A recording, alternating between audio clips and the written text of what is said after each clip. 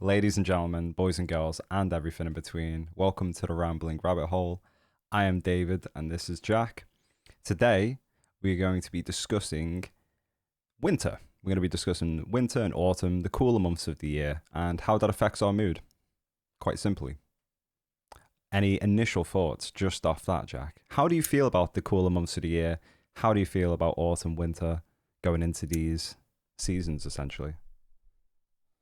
Yeah, I definitely think for me, there certainly is a transition period into um, almost accepting the changes of winter. And Mhm. I've noticed from being around other people and in the job that I am at the moment, obviously, especially related to fitness, that Yeah. it's not just me that struggles with these transitions. Mm. As the nights, days get shorter, nights drawing quicker. Um, Mm. just leaving the gym and it being dark, it's certainly something that affects me. Not just visually seeing that stuff, but I definitely notice changes in my body and my mood in relation to all of those things Yeah. coming into play. Yeah, for sure, man. I absolutely notice it. I feel it almost instantly. I don't know where it comes from. It just feels Mm, so physiological. It's almost like a whole bodily experience for me. And I think this is what people refer to as seasonal affective disorder. yeah, Whether or not, to what extent this actually is a thing, I don't know. I've never been diagnosed with it, so it is pure just stabbing away. But I mean, it makes sense, doesn't it? I mean, we get less vitamin D. You yeah. know, um, our body clock sort of has to shift to adapt to obviously the light levels throughout the day. So there definitely Yeah, is there's obviously physiological things going on within the body. absolutely. Yeah, I, I tend to, and we've spoken about we this have. before Yeah. in the past, of a lot of emphasis these days is put on things being a disorder. Hmm. And I try to, and again, this is someone who, coming from someone who does struggle with the transition into the winter months. I try myself not to see it as a disorder, more of a natural transition that your Yeah. body is getting used to. I'd be more inclined to say that the clash comes in terms of um, functioning and living within modern day society. And what I mean by that is primarily we would have naturally wound down for the winter, probably built up food stores, most likely been a bit more laid back in winter and just Mm. hibernated a bit more naturally, just like some animals do. And the clash being that within modern day society, we don't really get to No. do that. You've got a job to work, you've got, whatever your work hours are.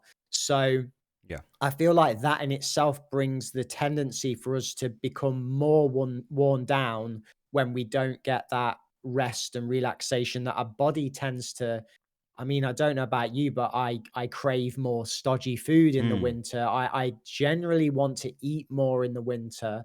Um, and because of that, part of that is probably that I then want to I do want to hibernate more. Don't get me wrong, Yeah. I'm not completely inactive. I don't want to be completely lazy. I still want to work out. I still want to move. I still want to do things, Mm. but I definitely have less of a get up and go kind of feeling in the winter months. Yeah, I definitely feel like it is like transitioning almost into like a hibernative state almost. Like you Mm, definitely feel that in your body just wanting to wind down and obviously just relax a lot more, try and yeah, just not just keep, bouncing off the walls all day. yeah, You yeah. like I've noticed it even just this last week, just feeling just so just wanting to just lie down for a bit. You know what I mean? Just yeah, Absolutely. I, yeah, I I don't know about you, but last week, weather-wise, mm. it's kind of happened so quickly. Yeah, absolutely. It's just, overnight, suddenly you're up in the morning and there's like a bit of frost on the cars and Mm. stuff, especially if you're up early. and it's a lot colder. Like again, overnight it got colder, and I was kind of like It's a bit a jarring, bit, isn't it? yeah, a bit taken back. But I was like, Mm, whoa. yeah. And then and then it's like my body's then like, whoa. And then it's, just, yeah, it just creeps up real quick. Some really good advice for the people there. My body, like, whoa.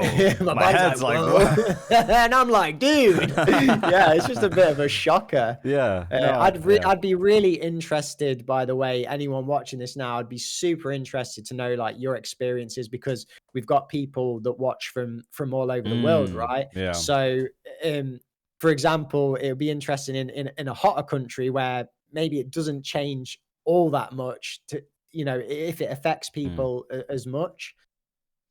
I think it's relative, isn't it? It's like, I Yeah. think depending on where you come from, the ideas of cold and hot are Mm. very different, aren't they? Like if you go to Canada, for instance, Yeah. a winter in Canada is going to look treacherous compared to our winters. Like Yeah, like something absolutely. out of like a fantasy novel kind of cold, right? Yeah.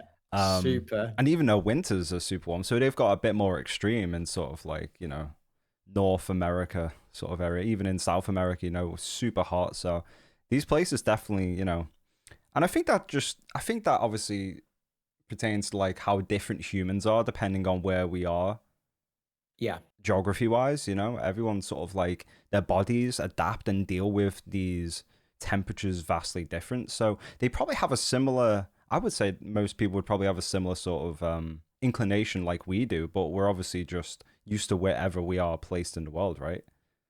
Absolutely. Yeah. One thing I want to ask while it's on my mind. Yeah. Go for So it. for you in the winter, in terms of, obviously, I know that now your routine kind of in the Mm. summer is you're climbing a lot, Mhm. hitting the gym, things like that, and outside of, like, you've been out on your bike a lot. Yeah. What does it look like for you in the winter? What changes for you in terms of your activities? Is there anything specific that you do to get yourself ready for the changes, or do you just kind of it's there and you just Yeah. deal with it as it comes? It's an interesting question, really, mate, because as you well know, a lot has changed drastically Mm, in my life over the last year to the point where this feels like I'm going into my first winter as a new person, right? makes From sense, man. Yeah, from all the things that have happened to me over the yeah, last year. It very much feels like I'm going into my first winter. I truly don't know what it's going to look like. I know what I do enjoy. I'm obviously still going to go climbing. That's going to yeah, be a huge thing for me still.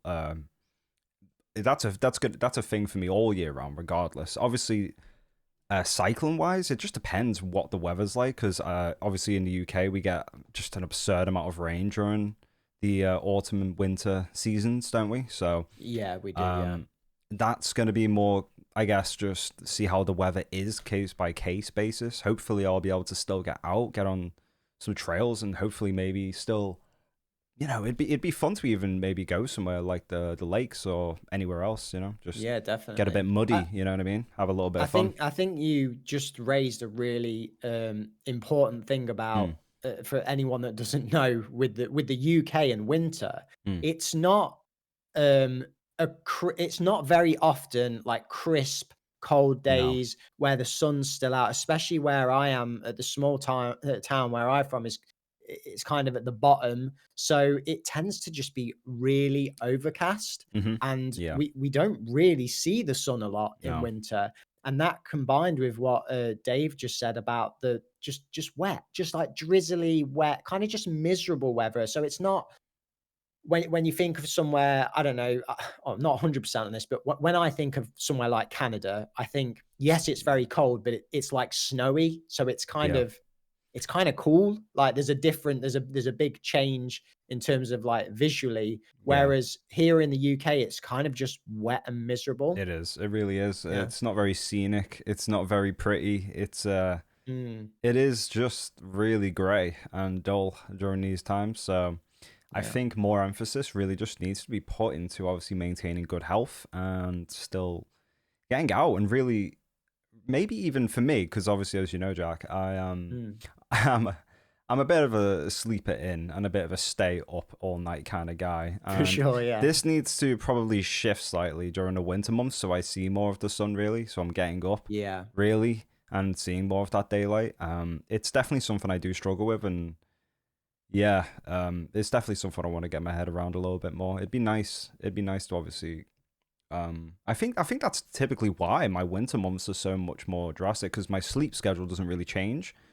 Yeah. So it is just a case of I do get less sunlight during the winters because my sleep schedule doesn't change to obviously allow me to be in the sunlight as much.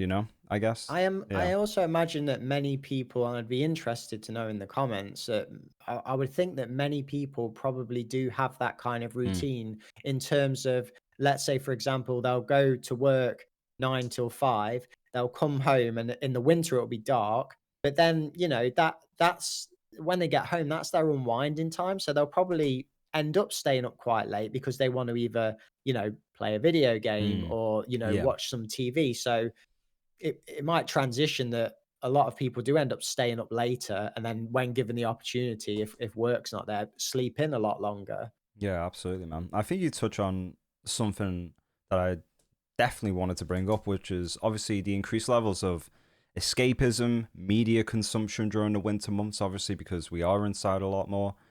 We are in that hibernative sort of state, and obviously, we still want to obviously keep our minds engaged and do things.